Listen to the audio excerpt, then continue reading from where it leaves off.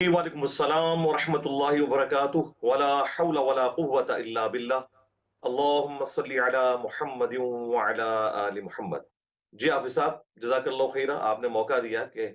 مین national T V کے اوپر آ کر سیدنا علی رضی اللہ تعالیٰ عنہ علیہ السلام کے حوالے سے ڈسکشن کی جائے۔ گزرے ہوں گے آج کے دن کی مناسبت سے آپ کے وقت کا بھی شکریہ۔ اور جب ہم آج بیٹھے یہ بات کر رہے ہیں، حضرت علی کرم اللہ وجہہ کو یاد کر رہے ہیں، تو آپ کے خیال میں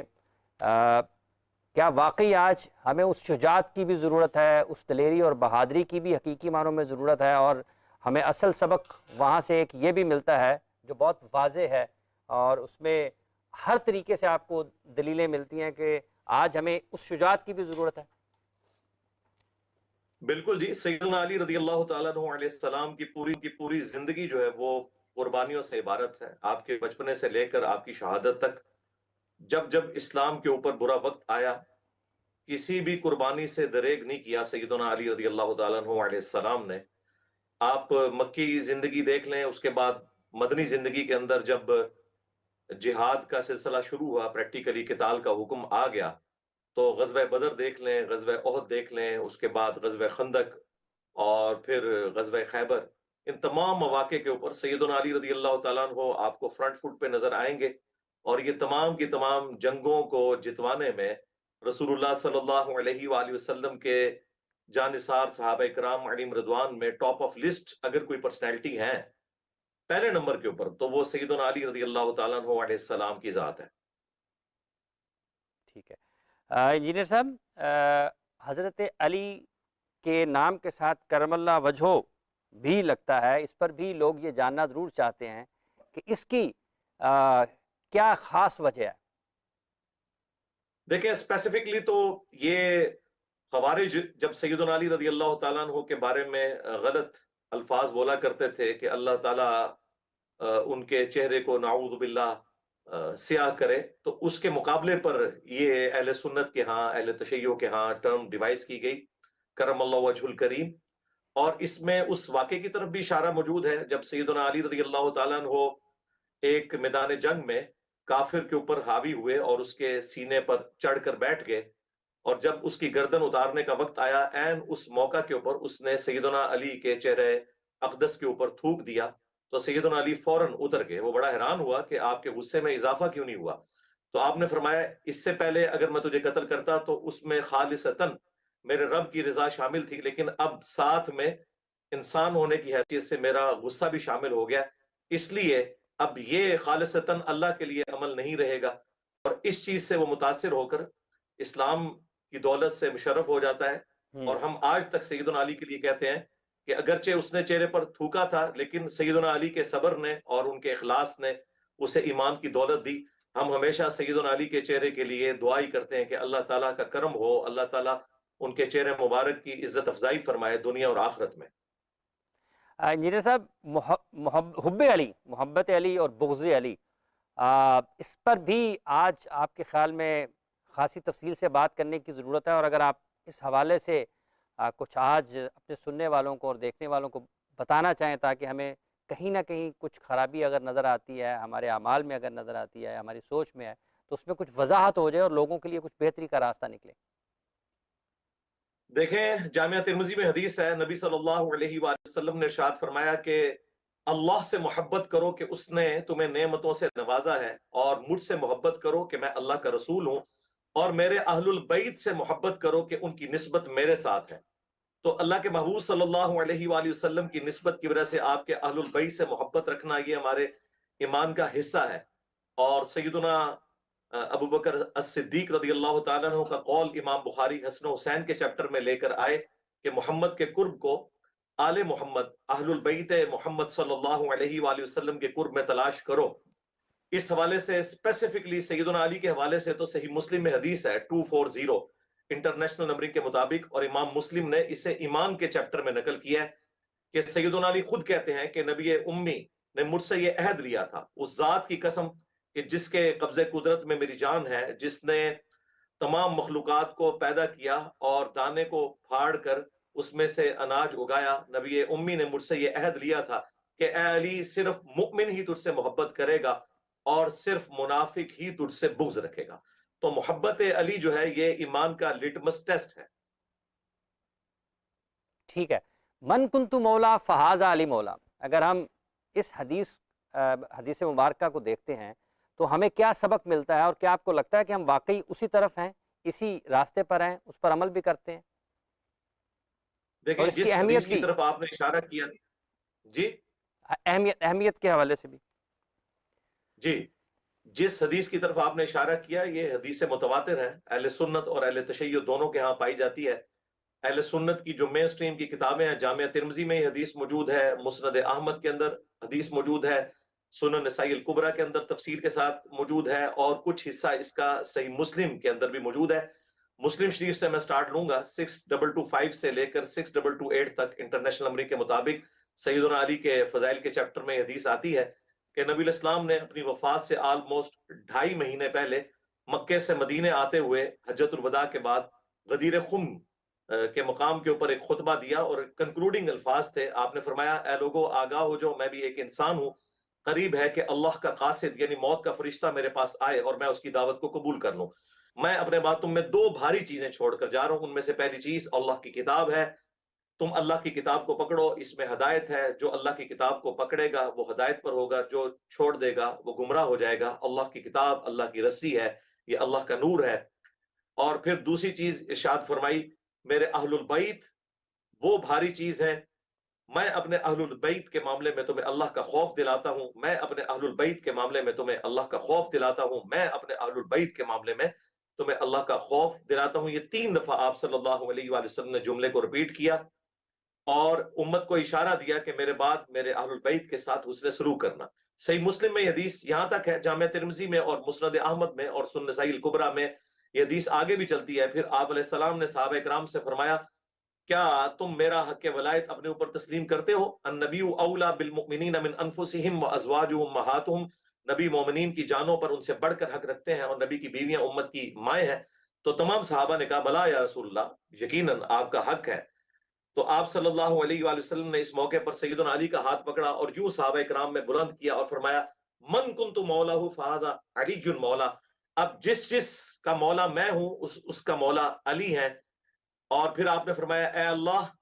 اس سے محبت کر جو علی سے محبت رکھے، اس سے دشمنی رکھ جو علی سے دشمنی رکھے.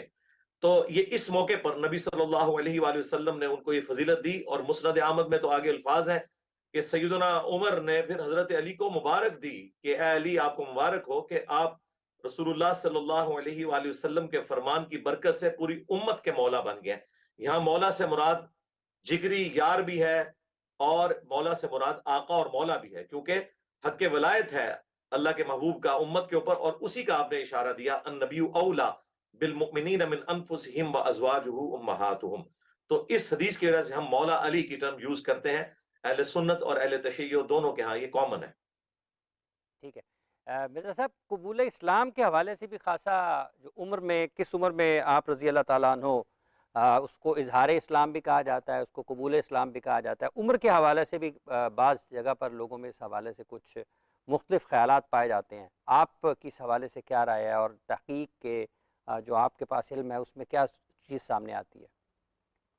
دیکھیں اس میں تو کوئی شک نہیں ہے کہ باقی تمام اصحاب نے اسلام قبول کیا ہے، لیکن سیدنا علی نے اسلام کا اظہار کیا ہے. اس کی وجہ یہ ہے کہ ان کی پرورش خود رسول اللہ نے کی تھی صلی اللہ علیہ وآلہ وسلم. اللہ تعالیٰ نے دنیا میں بدلہ دلوا دیا. جس طرح حضرت ابو طالب نے رسول اللہ صلی اللہ علیہ وآلہ وسلم کی پرورش کی، تو ان کے بیٹے علی بن ابی طالب کی پرورش رسول اللہ صلی اللہ علیہ وآلہ وسلم نے کی، اور 8 سال کی عمر میں انہوں نے اسلام کا اظہار کر دیا. سیدنا علی کی زندگی میں ایک لمحہ بھی ایسا نہیں آیا کہ کبھی آپ نے کفر و شرک کیا ہو. آپ نے تو بچپن ہی میں اسلام قبول کر لیا الحمدللہ، اس میں تو کوئی شک نہیں ہے. جامعہ ترمذی کے اندر حدیث موجود ہے کہ سب سے پہلا شخص جو ایمان لے کر آیا وہ سیدنا علی ہے. اور ظاہر ہے یہ مردوں کے جینڈر میں بات ہو رہی ہے، عورتوں کے جینڈر میں سب سے پہلے سیدہ خدیجہ لے کر آئیں. اور آپٹیمل سولوشن جو دلائل النبوہ امام بیہقی کی کتاب میں آیا وہ یہ ہے، اس میں زمانی ترتیب بھی باقاعدہ موجود ہے کہ سب سے پہلے اسلام جس نے قبول کیا وہ نبی الاسلام کی بیوی تھی سیدہ خدیجہ سلام اللہ علیہا، کیونکہ نبی الاسلام نے سب سے پہلے ان کے سامنے آ کے ہی اظہار کیا. اور اس کے بعد سیدنا علی نے اسلام قبول کیا، لیکن مردوں کے جینڈر میں وہ پہلے نمبر پر آتے ہیں. اس کے بعد پھر زید ابن حارثہ جو نبی الاسلام کے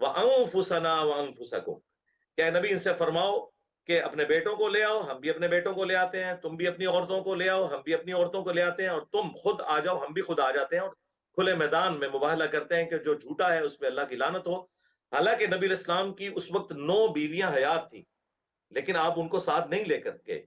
آپ لے کے گئے سیدہ فاطمہ کو اور سیدنا علی کو، سیدنا حسن حسین کو، یہ بتانے کے لیے کہ نبی علیہ السلام کے جو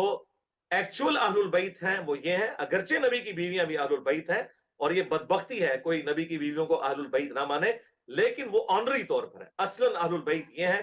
اور یہ حدیث سیدنا سعد ابن ابی وقاص نے، صحیح مسلم میں آتا ہے، اس وقت سنائی جب حاکم وقت نے انہیں مجبور کیا کہ حضرت علی کے اوپر سب و شتم کریں، تو انہوں نے کہا میں کبھی بھی علی پر سب و شتم نہیں کروں گا، میں نے علی کے بارے میں حضور سے 3 باتیں ایسی سنی ہیں کہ مجھے ایک بھی مل جاتی تو میرے لیے سرخ اونٹوں سے بہتر تھا۔ یہ کون کہہ رہے ہیں؟ نبی کا ماموں جو 10 جنتی صحابہ میں سے ہیں، پہلے 10 مسلمانوں میں سے ہیں، سعد ابن ابی وقاص، جنہوں نے پرشین امپائر قادسیہ میں گرائی، وہ کہتے ہیں مولا علی کی ایک فضیلت بھی مجھے مل جائے تو میرے لیے سرخ اونٹوں سے بہتر ہے۔ اس میں انہوں نے ایک فضیلت یہ مباہلہ والی سنائی، دوسری فضیلت کہی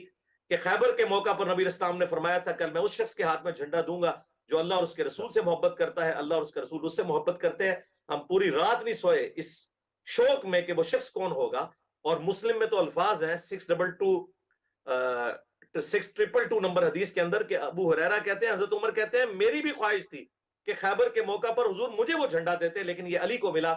اور تیسرا موقع جو ہے آیا جب تبوک کے موقع پر، صحیح مسلم کے الفاظ ہیں، یہ حدیث بخاری میں بھی موجود ہے، سعد ابن ابی وقاص کہتے ہیں نبی علیہ السلام نے فرمایا کہ علی کی میرے ساتھ وہی نسبت ہے جو ہارون کی موسیٰ کے ساتھ، مگر میرے بعد کوئی نبی نہیں ہے، یعنی رسول اللہ کے بعد اگر کوئی نبی ہوتا تو حضرت علی ہوتے۔ یہ اس بات کی دلیل ہے، یہ حدیث ختم نبوت پر پیرا دے رہی ہے کہ اگر امتی نبی ہونے کا بھی کوئی کنسپٹ ہوتا تو مولا علی وہ بنتے، چونکہ مولا علی امتی نبی نہیں ہے، لہٰذا غلام احمد قادیانی دجال یا کوئی اور شخص کسی صورت نہ اپنے نام کا کلمہ پڑھوا سکتا ہے، نہ کوئی امتی نبی ہونے کا دعویٰ کر سکتا ہے۔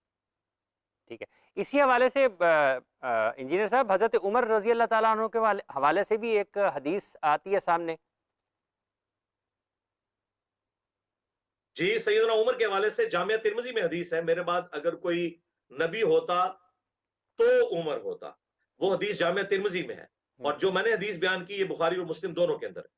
ٹھیک ہے، اچھا، اب جب ہم نے یہ مختلف قرآنی آیات کا بھی آپ نے حوالہ دیا، اس کا بھی ہم نے ذکر کر لیا ہے، فضائل حضرت علی رضی اللہ تعالیٰ عنہ بھی ہم بیان کر رہے ہیں، یہ جو ان کی جو علم تھا، جو دانش تھی، جو ان کے پاس فہم و فراست تھی مسائل کو حل کرنے کے حوالے سے، بہت جلد بہت بڑے بڑے مسائل جو ہوتے تھے ان کو مطلب پلک جھپکنے میں جس طریقے سے حل کرتے تھے، اور بڑے اہم گفتگو انہوں نے فرمائی ہے۔ یہاں سے ہمیں کیا سبق ملتا ہے تحمل کا بھی، اور ہم کس طریقے سے اس کو آج کی زندگی کے اوپر لاگو کر سکتے ہیں؟ دیکھیں، ایک حدیث ہے جامعہ ترمذی کے اندر، اس کی سند کے اوپر محدثین نے کلام کیا، لیکن وہ اپنے متن کے اعتبار سے بالکل درست حدیث ہے کہ میں حکمت کا شہر ہوں اور علی اس کا دروازہ ہے۔ اس کو سپورٹیو کئی ایک احادیث ہے، صحیح بخاری کے اندر موجود ہے، امام بخاری تعلیقاً یہ روایت لے کر آئے کہ جب سیدنا عمر نے اپنے دور میں ایک مجنون پاگل شخص کے اوپر ہاتھ جاری کر دی تو حضرت علی نے انہیں روکا اور کہا اے امیر المومنین، 3 لوگوں سے اللہ تعالیٰ نے قلم اٹھا لیا ہے۔ نمبر 1 وہ شخص جو پاگل ہے جب تک کہ وہ درست نہ ہو جائے، دوسرا سویا ہوا شخص، اور تیسرا نابالغ بچہ جب تک کہ بالغ نہ ہو جائے۔ تو حضرت عمر نے اپنا ڈیسیژن واپس لے لیا۔ پھر صحیح مسلم میں حدیث ہے، ہماری ماں سیدہ عائشہ سلام اللہ علیہا کے پاس ایک شخص آ کے پوچھ رہا ہے کہ بتائیے کہ موضوع پر مسح کرنے کی مدت جب ایک دفعہ انسان وضو کر لے، تو انہوں نے کہا کہ تم علی ابن ابی طالب کے پاس جاؤ،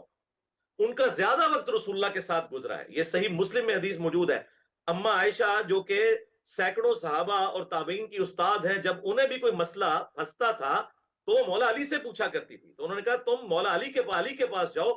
وہ تمہیں بتائیں گے۔ تو وہ تابعی جب مولا علی کے پاس حاضر ہوئے تو مولا علی نے فرمایا کہ نبی علیہ السلام نے مقیم شخص کے لیے 1 دن اور 1 رات یعنی 5 نمازوں تک، اور مسافر شخص کے لیے 3 دن اور 3 رات تک موزوں کے اوپر یا جرابوں کے اوپر مسح کرنے کی اجازت دی ہے جب ایک دفعہ وضو کر کے پہن لیا جائے۔ تو یہ مولا علی نے یہ مسئلہ حل کیا، اور کئی ایک واقعات ان کی زندگی میں ملتے ہیں۔ تو اس میں کوئی شک نہیں ہے کہ سیدنا علی علم کے اعتبار سے ٹاپ آف لسٹ ہے۔ آپ اہل البیت میں سے بھی ہیں علیہم السلام اجمعین، اور صحابہ اکرام میں بھی ٹاپ کی جو 4 پرسنالٹیز ہیں سیدنا ابو بکر، عمر، عثمان، علی، ان کے اندر آتے ہیں۔ یہ سب قل لا اسألکم علیہ اجرا الا المودۃ فی القربى، اس قرآن کریم کے آیت کو جب ہم دیکھتے ہیں تو اس سے کیا سبق کیا ملتا ہے، کیا پہلو نکلتے ہیں؟ دیکھیں، اس آیت کے حوالے سے اہل سنت اور اہل تشیع کے اندر ایک بون آف کنٹینشن بنی ہوئی ہے. میں اس مسئلے کو بھی آج حل کر دوں گا. اس میں کوئی شک نہیں ہے کہ اس آیت کی تفسیر دو طرح سے کی گئی ہے. صحیح بخاری کے اندر عبداللہ ابن عباس نے اس کی تفسیر یوں کی ہے کہ مشرکین عرب سے یہ کہا جا رہا ہے کہ رسول اللہ کے ساتھ جو تمہاری رشتہ داری ہے اس کا تو کم از کم خیال رکھو اگر تم نے رسول اللہ کی دعوت کو قبول نہیں کرنا. اگر اس تفسیر کو بھی مان لیا جائے تو بدرجہ اولا مسلمانوں کو تو زیادہ خیال رکھنا چاہیے. اگر مشرکین عرب کی رسول اللہ کے ساتھ رشتہ داری کی وجہ سے ان پر رسول اللہ کا حق ہے کہ وہ ان کے ساتھ حسن سلوک کریں، تو ہم پر تو نبی الاسلام کا احسان ہے، ہمیں ایمان کی دولت رسول اللہ کی وجہ سے ملی. اور بخاری میں ایک تابعی کا قول موجود ہے اسی آیت کے کانٹیکسٹ میں. ان کا موقف یہ ہے کہ یہاں اہل البیت کی محبت، رسول اللہ کے گھر والوں کی محبت مراد ہے، اور میں اس بات کو لوں گا. اس کی وجہ یہ ہے کہ جامع ترمذی میں حدیث ہے، خود رسول اللہ فرما رہے ہیں کہ اللہ سے محبت کرو کہ تمام نعمتیں اس نے تمہیں دی ہیں، اور مجھ سے محبت کرو کہ میں اللہ کا پیغمبر ہوں، اور میرے اہل البیت سے محبت کرو کہ ان کی نسبت میرے ساتھ ہے. تو نبی علیہ السلام نے تو اہل البیت کی محبت کو ایمان کا حصہ قرار دے دیا. پھر مسلم کی حدیث، علی سے محبت نہیں رکھے گا مگر مؤمن، اور علی سے بغض نہیں رکھے گا مگر منافق. اور پھر خود حضرت ابوبکر صدیق کا قول امام بخاری صحیح بخاری میں لے کے آئے ہیں کہ علی اور ان کے ساتھ جو جتنے اہل البیت ہیں ان کے کانٹیکسٹ میں، کیونکہ حسن و حسین کے چیپٹر میں یہ حدیث ہے کہ محمد کے قرب کو ان کے اہل البیت کے قرب میں تلاش کرو. اور امام بخاری نے بڑی سمجھداری کے ساتھ حضرت ابوبکر کے اس قول کو امہات المومنین کے چیپٹر میں نہیں ڈالا، اگرچہ وہ بھی آنری طور پر اہل البیت ہیں، حسن و حسین کے چیپٹر میں لے کر آئے تاکہ یہ میسج دیں کہ ہم اہل سنت حسن و حسین، سیدنا علی، سیدہ فاطمہ کی محبت کو ایمان کا حصہ سمجھتے ہیں، اور ہمارے سروں کے تاج خلیفہ اول سیدنا ابوبکر صدیق رضی اللہ تعالیٰ عنہ نے بھی ہمیں یہی سکھایا ہے کہ اہل البیت کی محبت میں رسول اللہ کی محبت کو تلاش کرو. اور اس میں حضرت ابوبکر صدیق نے یہ فرما کر یہ سائلنٹ میسج دے دیا کہ جہاں تک مرتبے اور مقام کی بات ہے وہ تمام کا اپنی جگہ، لیکن اہل البیت کے مقام کو کوئی صحابی نہیں پہنچ سکتا. جب حضرت ابوبکر جیسا اعلیٰ درجے کا صحابی یہ کہہ رہا ہے کہ رسول اللہ کی محبت کو اہل البیت کی محبت میں تلاش کرو، تو کوئی اور صحابی یہ جرات ہی نہیں کر سکتا کہ میں کسی بھی حوالے سے اہل البیت سے شان میں بڑھ کروں. ٹھیک ہے. اچھا، اس کے ساتھ ساتھ جب ہم دیکھتے ہیں آج کے دور میں بیٹھے ہوئے انجینئر صاحب، تو حضرت علی رضی اللہ تعالیٰ عنہ کی جو معاملہ فہمی ہے اور جو صحابہ کا اتحاد ہے، کیا آج امت کو اس حوالے سے بھی کچھ سوچنے کی اور کام کرنے کی ضرورت ہے؟ بالکل ضرورت ہے. دیکھیں جی، اگر ٹیکنیکلی سپیکنگ غیر مسلم بھی جو کمنٹس کرتے ہیں اس کے تحت بھی دیکھا جائے تو سیدنا علی رضی اللہ تعالیٰ عنہ کسی صورت بھی یعنی اس خلافت والے معاملے میں آؤٹ نہیں تھے. وہ ٹاپ آف لسٹ پرسنالٹیز میں آتے تھے اگر امت ان کو پہلا خلیفہ چنتی. سیدنا ابوبکر صدیق رضی اللہ تعالیٰ عنہ کو چنا گیا، وہ بھی کیٹاسٹروفک کنڈیشن تھی. وہ بخاری میں آتا ہے کہ حضرت عمر کہا کرتے تھے، 6830 نمبر حدیث ہے، کہ حضرت ابوبکر کی خلافت کو کوئی پلی مستقبل میں نہ لے کہ بغیر مشورے کے جس طریقے سے وہ منعقد ہوئی سقیفہ بنی ساعدہ میں کیٹاسٹروفک کنڈیشن آ گئی تھی، اور بعد میں 6 مہینے بعد حضرت علی نے بھی بیعت کر لی، وہ اسٹیبلش ہوگی. لیکن ان 6 مہینوں میں کئی لوگوں نے آ کے حضرت علی کو یہ مشورہ دیا کہ آپ زیادہ حقدار ہیں، آپ بنو ہاشم سے ہیں، اور حضرت ابوبکر کا خاندان بنسبت بنو ہاشم کے ایک نچلے درجے کا ہے، اگرچہ وہ بھی قریش ہیں، بنو تیم. تو اگر آپ تھوڑا سی ہمت دکھائیں تو ہم جو ہے وہ آپ کی بیعت کرتے ہیں. تو حضرت علی رضی اللہ تعالیٰ عنہ نے اس وقت اس شخص کو ڈانٹ دیا کہ بھائی جب تو کافر تھا، میں نام اس لیے نہیں لے رہا کہ وہ پھر آپ کے پیمرا کا کوئی نوٹس آپ کو نہ آ جائے، کہ جب تو کافر تھا تو اس وقت بھی اسلام کے خلاف سازشیں کرتا تھا، اور اب مسلمان ہو کر بھی تو یہ مجھے مشورہ دے رہا ہے. اور یہ واقعہ پیر میر علی شاہ صاحب نے تصفیہ ما بین سنی و شیعہ کتاب میں بھی اس ہستی کا نام لے کر واقعہ لکھا ہے. اگر کسی کو کوئی تکلیف ہو تو میں اس لیے بتا رہا ہوں کہ پھر پیر میر علی شاہ صاحب کو بھی پوچھ لے. تو انہوں نے حضرت علی نے اس شخص کو ڈانٹ دیا کہ بھئی تم اس قسم کے مشورے مجھے دے رہے ہو. اب امت نے چونکہ چن لیا ہے تو انہوں نے تینوں خلفاء کا ساتھ دیا، ہر موقع کے اوپر ساتھ دیا. اور افسوس کی باری ہے جب حضرت علی خلیفہ چنے گئے تو پھر انہی لوگوں میں سے بعض لوگوں نے حضرت علی کی خلافت کو ماننے سے انکار کیا، اور مجبوراً آپ کو ریٹ آف دی گورنمنٹ کو اسٹیبلش کرنے کے لیے جنگ جمل صفین اور نہروان لڑنی پڑی. حضرت علی تو بڑے اخلاص کے ساتھ صحابہ کرام کے ساتھ چلے، لیکن افسوس بات کے لوگوں نے حضرت علی کے ساتھ وہ اخلاص نہیں دکھایا جو دکھانا چاہیے تھا۔ ٹھیک ہے، جب ہم آخری سوال ہے انجینئر صاحب کہ جب ہم حضرت علی رضی اللہ تعالیٰ عنہ کو دیکھتے ہیں اور پھر ساتھ ہی ساتھ حضرت امام حسن اور حضرت امام حسین رضی اللہ تعالیٰ عنہ کو دیکھتے ہیں، تو اس حوالے سے بھی ذرا یہ جو ایک تعلق ہے اور یہ جو ایک اہمیت ہے ان تین اصحاب کی تاریخ میں اور اسلام میں بالخصوص، تو اس حوالے سے بھی ذرا بتائیے گا کہ کس طریقے سے ہم یہاں سے روشنی ہمیں لینی چاہیے۔ دیکھیں سنن ابن ماجہ میں حدیث موجود ہے، المستدرک للحاکم کے اندر ہے، اس حدیث کا کچھ حصہ جامع ترمذی میں بھی ہے کہ حسن و حسین جنتی نوجوانوں کے سردار ہیں اور ان کے والد علی ابن ابی طالب ان سے بھی افضل ہے۔ یہ حدیث پوری نہیں لوگ بیان کرتے، پوری حدیث یوں ہے کہ حسن و حسین جنتی نوجوانوں کے سردار ہیں اور ان کے والد ان سے بھی افضل ہیں۔ یعنی اس سے مراد یہ ہے کہ دنیا میں جو لوگ جوانی کی عمر میں فوت ہوئے ان کے سردار جنت میں حسن و حسین ہوں گے۔ ویسے تو جنت میں سبھی جوان ہوں گے، لیکن دنیا میں جو اس سے گئے، اور نبی اسلام فرمایا ان کے والد علی ان سے بھی افضل ہے۔ اور بخاری مسلم میں حدیث ہے کہ سیدہ فاطمہ جو ہے وہ جنتی عورتوں کی سردار ہے۔ تو اس میں تو کوئی شک نہیں ہے کہ اہل البیت کو جو اللہ نے مقام دیا ہے کہ ہماری نماز میں مشروع کر دیا کہ ہم دروشی پڑھتے ہیں، اللہم صلی علی محمد وعلی آل محمد، قیامت تک کے لیے اہل البیت کے اوپر درود پڑھا جاتا ہے۔